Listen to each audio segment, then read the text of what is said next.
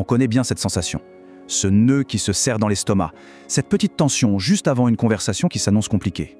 Que ce soit avec un client, un collaborateur ou même à la maison. On sent déjà venir le conflit, la dispute, la déconnexion. Et si on pouvait changer ça? Si on pouvait transformer cette appréhension en une chance de créer un lien plus fort? Eh bien, il existe une méthode pour ça. Une méthode qui n'a rien de magique, mais qui est issue de décennies de recherches cliniques menées par des expertes comme la docteure Marshaline Hahn.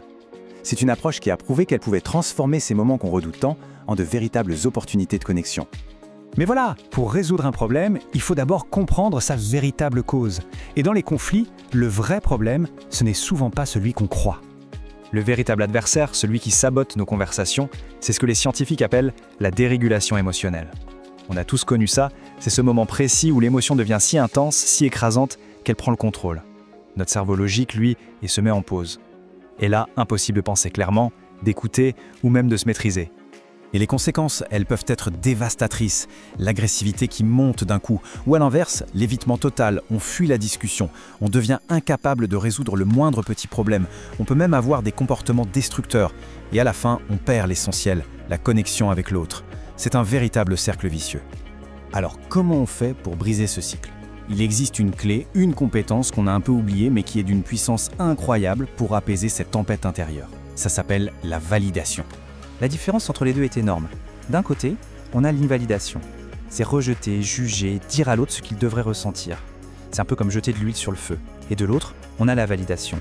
Là, on cherche à comprendre, on accepte l'émotion de l'autre. On écoute, vraiment. Et c'est ça qui désamorce toute la charge émotionnelle. Ce qui est vraiment fascinant, c'est que la science le confirme. La validation, ce n'est pas juste une technique pour faire plaisir, non. Ça a un effet neurologique direct. En validant l'émotion de quelqu'un, on calme son agitation, ce qui permet à son cerveau rationnel de se remettre en marche.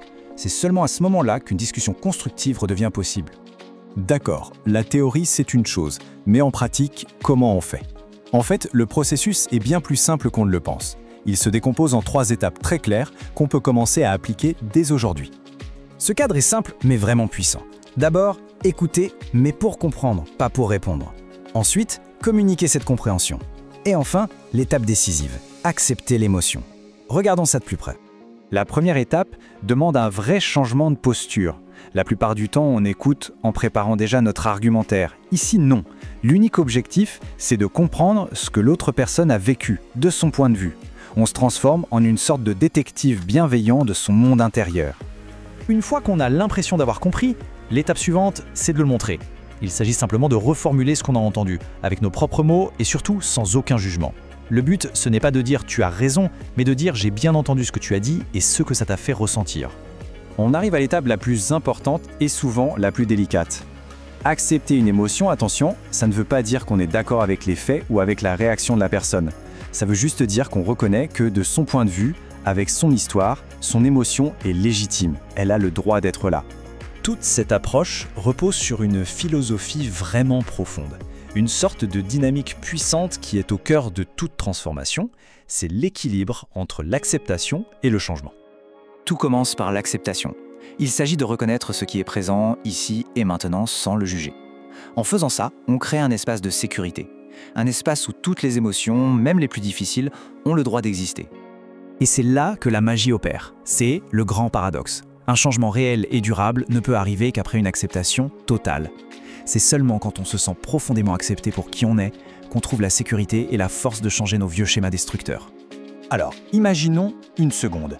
Et si la paix dans nos relations les plus importantes était vraiment à notre portée?